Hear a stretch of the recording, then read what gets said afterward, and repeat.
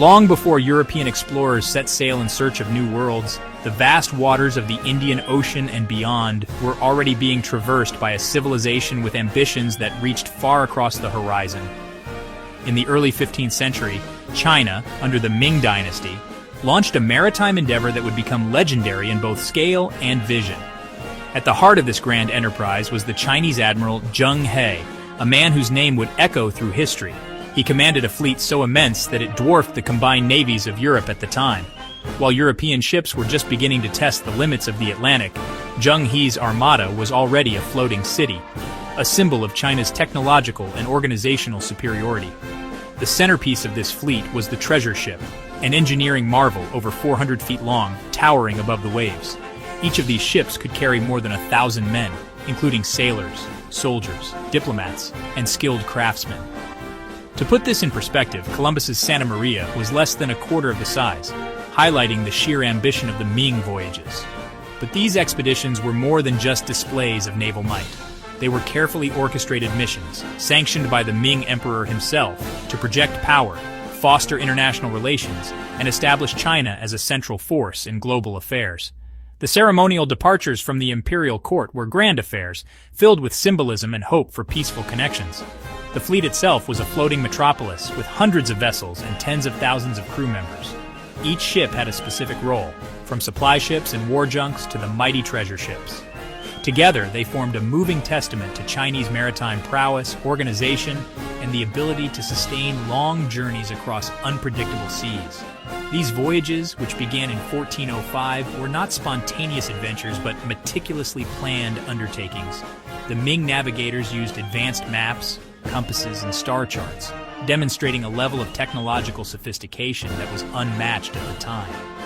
Shipbuilders and planners worked tirelessly to ensure every detail was accounted for, from hull design to provisions for the crew. What set Zheng He's fleet apart was its remarkable self-sufficiency. On board, there were not only sailors and soldiers, but also livestock, fresh water, and even gardens growing vegetables and herbs. This allowed the fleet to remain at sea for months at a time, reaching distant shores as far as the coast of Africa, and returning with exotic goods, animals, and stories of faraway lands. The story of Zheng He and his extraordinary fleet challenges the traditional narratives of exploration. It reveals a chapter of adventure and discovery that was written not with conquest, but with diplomacy, trade, and a vision of peaceful engagement. Zheng He's voyages remind us that the spirit of exploration can be as much about building bridges as it is about seeking new lands. For ancient mariners, the night sky was more than just a beautiful backdrop. It was a living, breathing map, stretching endlessly above the waves. Long before the invention of GPS or even the magnetic compass, sailors relied on the stars to guide their journeys across vast, uncharted oceans. Each constellation, each bright point of light, held secrets and stories passed down through generations, forming a celestial language that only the most skilled navigators could truly read. Tools like the clock and compass would eventually revolutionize navigation, but for centuries it was the stars that offered the most reliable guidance. Mariners learned to read the heavens with remarkable precision, using nothing but their eyes, their memory, and simple instruments. Zheng He's sailors, for example, became masters of celestial navigation. On their epic voyages across the Indian Ocean, they used the stars to plot courses that spanned thousands of miles, venturing into unknown waters with confidence and skill. Their knowledge of the night sky was both practical and profound, blending science with tradition. The North Star, Polaris, was a key anchor in the Northern Hemisphere. Its steady position above the horizon made it an invaluable reference point for determining direction and latitude. Sailors would search for Polaris on clear nights, knowing that as long as it shone above them, they could find their way north. As they sailed south, the familiar constellations faded, replaced by new patterns like the Southern Cross. Navigators learned to adapt using these southern stars and other constellations to orient themselves in unfamiliar waters, expanding their knowledge with every journey.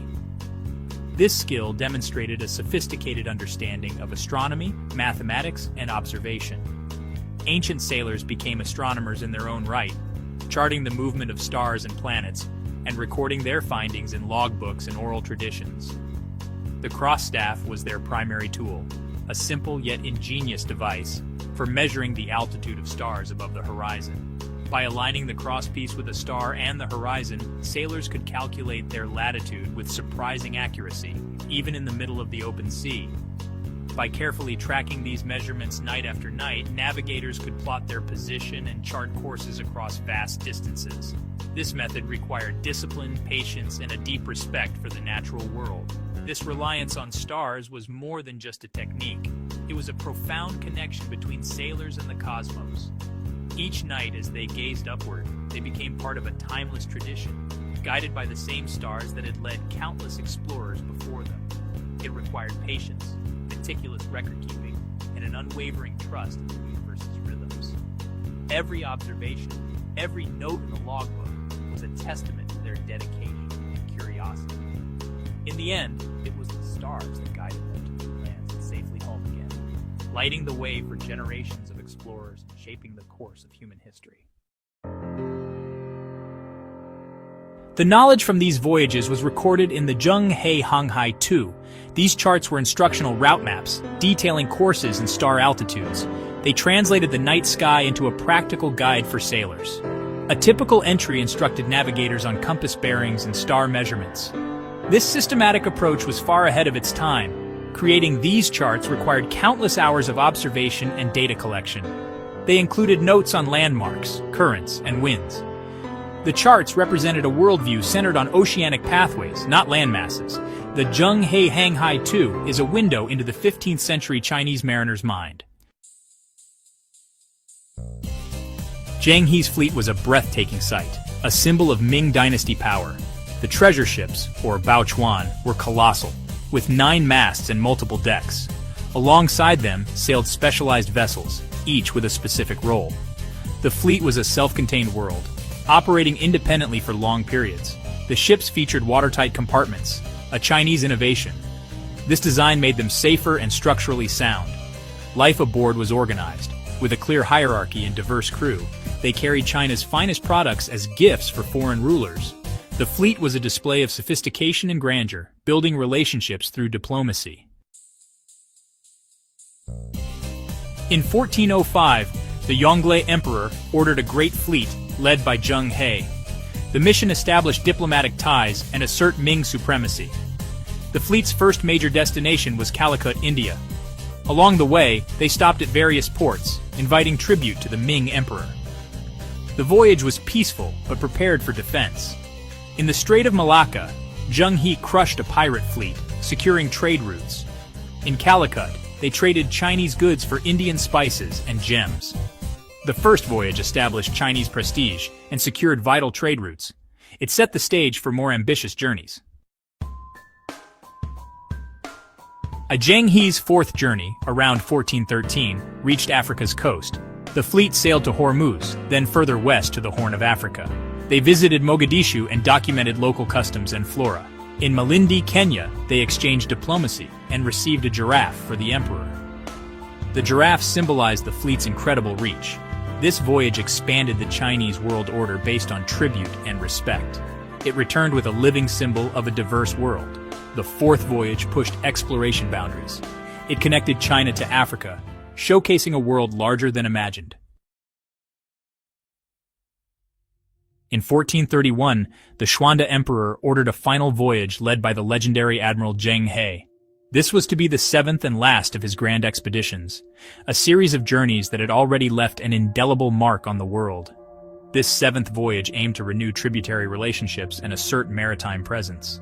The fleet, consisting of hundreds of ships and tens of thousands of men, was a floating city, a testament to the might and ambition of the Ming Dynasty. The fleet traveled to familiar destinations, with smaller missions to the Persian Gulf and Mecca. These voyages were not just about power. They were about cultural exchange, trade, and diplomacy, weaving a complex tapestry of international relations. Zheng He, a Muslim, may have facilitated the Hajj pilgrimage for fellow Muslims in the crew. His unique position allowed him to bridge cultures and religions, fostering a spirit of unity and cooperation. The journey was a culmination of decades of knowledge and experience. The navigational skills, star charts, and maritime technologies developed over these voyages were unparalleled, showcasing China's advanced understanding of the seas. Tragically, Zheng He died on the return leg of this final voyage and was buried at sea. His death marked the end of an era, a poignant moment in maritime history. The fleet returned in 1433, marking the end of an era. The grand ships, once symbols of China's naval prowess, sailed back to their homeland, their journeys now part of the annals of history. Political shifts led to the fleet's dismantling and record destruction. The new leadership saw no value in these maritime endeavors, and the once proud fleet was left to decay, its achievements nearly forgotten. China's age of exploration ended, leaving the oceans to others. The legacy of Zheng He and his voyages, however, continues to inspire, a reminder of a time when the seas were a bridge between worlds. Zheng He's voyages connected Asia and Africa, fostering peaceful trade. The legacy is a world briefly brought closer together. The voyages brought prestige and new knowledge to China. Halting the expeditions ceded ocean control to European powers. The memory of the fleet lingers in places like Malacca and India. Zheng He is remembered as a peaceful envoy and trade facilitator. His voyages influenced local politics and trade patterns. The story challenges Eurocentric views of exploration. Zheng He's achievements represent a different kind of global interaction. Zheng He's story inspires wonder and debate.